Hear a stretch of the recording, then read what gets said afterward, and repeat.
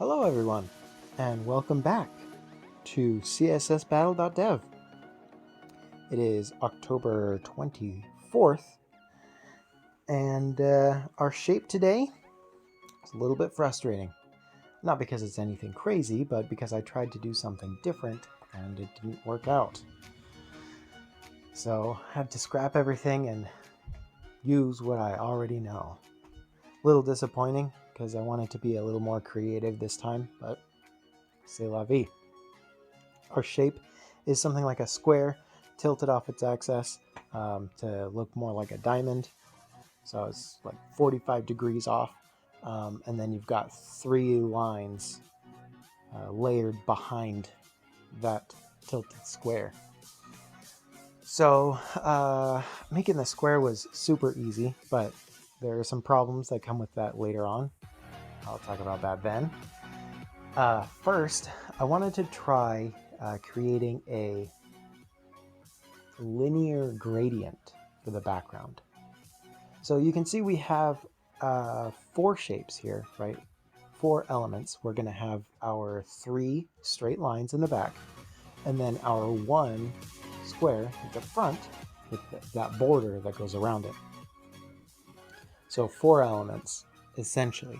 What I wanted to try was just using one element and then using a gradient for the background to make those three lines. It gets a little complicated, right? Because a gradient is a slow transition from one color to another. However, you can do multiple color gradients on one background or on one color.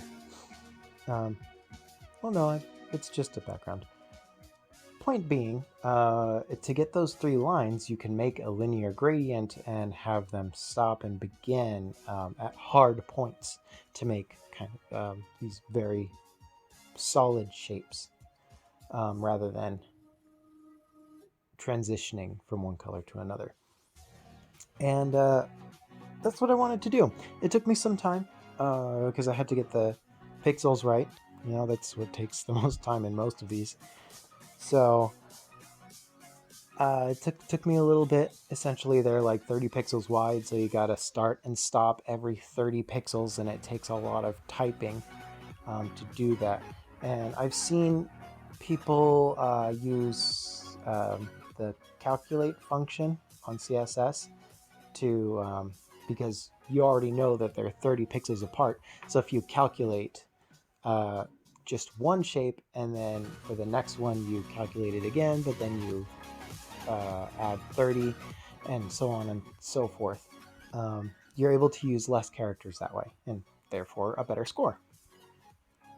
But I wasn't going to go that crazy. I just wanted to kind of proof of concept this. So gradient hard begin, gradient hard stop, begin, stop, and then you got the rest of it. And to me, that looked great. It looked wonderful. I mean, ta-da! We have our shape. We have our lines. But then, you know, I'm not sure why. But we'll get back to that in a minute. I want to talk about the forward shape, that square, the diamond with the border. Now, when I look at that, immediately I think it's just a square, rotated off of its axis. But for some reason, when I did that, it created this weird border around the shape. It's like the rotate function doesn't just rotate the shape itself, but it also rotates what's behind it or what's next to the shape. So not only do we have this red border around our yellow shape, but when you tilt it, it like brings the yellow that was there originally before you rotate it, and it puts it around the shape.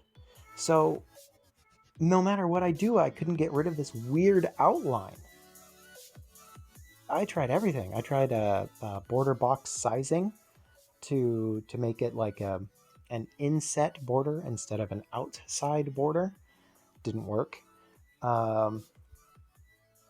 I tried creating two elements, like one bigger red box, right, and then a smaller yellow box. So it's like a border, but it's just two shapes instead. But that didn't work either, because once you rotate it, for whatever reason, this outline comes with it. And it's driving me crazy. And I tried Googling it, even asked Bing Chat, backed by ChatGPT, great for programming, and it has no idea what I'm talking about. So I'm thinking it's maybe just a CSS dev thing, whatever is going on in their little environment you use to match the shape. There's something going on in that creates this weird outline whenever you rotate a shape. Either way, it's very frustrating. Very frustrating. I'm not sure how to get rid of it. Hence why this is unsolved. That was the big issue. I can't get past 99%, and it kills me a little bit. Because you can see I got it. I should have 100%. I keep having to go back and forth trying to get that 100, but it's just not working. Anyway, then we have the gradient in the background. That body background gradient thing that I was talking about, the hard starts and stops. It didn't even consider that. My first submit was like 17% match. And you could see I got it. Like, looking at it visually, it's there. But I got a 17% match? Are you kidding me? So then I had to go back and get rid of the gradient and then create the original shapes that I was talking about. So then you got the 3 actual element lines there. And then that brought it up like freaking 70% right off the bat. I don't know how these other people did it if I can't match it the way that they did. Maybe it has something to do with the variables that they create. I don't know, but it's very sad for me that I couldn't match the colors, or that they didn't recognize that the colors were still there even though they weren't the right elements. So I ran into 2 big problems on this one. And I tried a bunch of different things. I cut off early, and you might notice some fade in and fade out on the video. Like, I searched and searched, and nothing I did brought it above 99.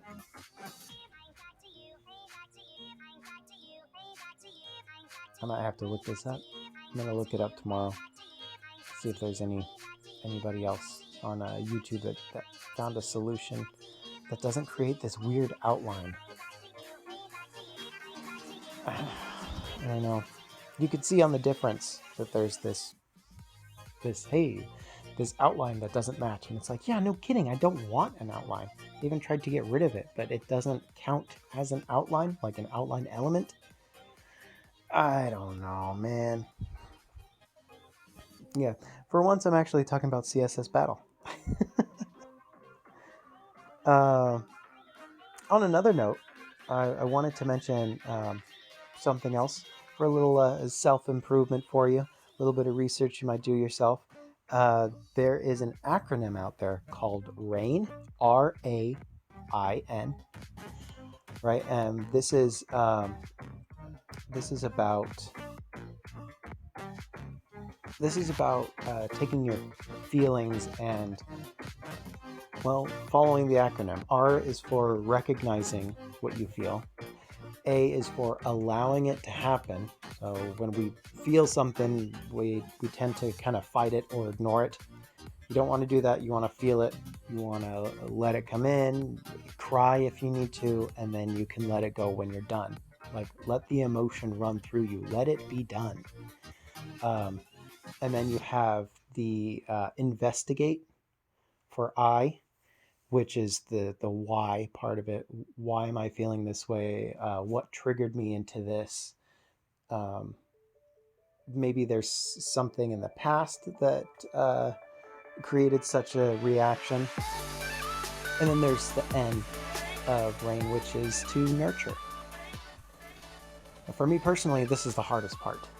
Nurturing your feeling, telling yourself that it's okay that you feel this way. Some people feel better knowing that other people feel what you're feeling, and some people, um, it's not really looking for an excuse, but just some people find it feels better that, like, I don't know, to give yourself a hug, to say it's okay.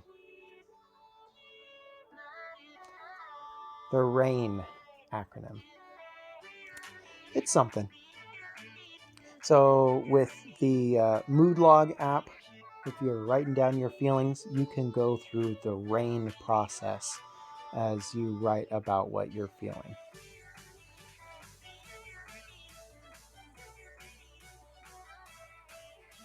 Yeah.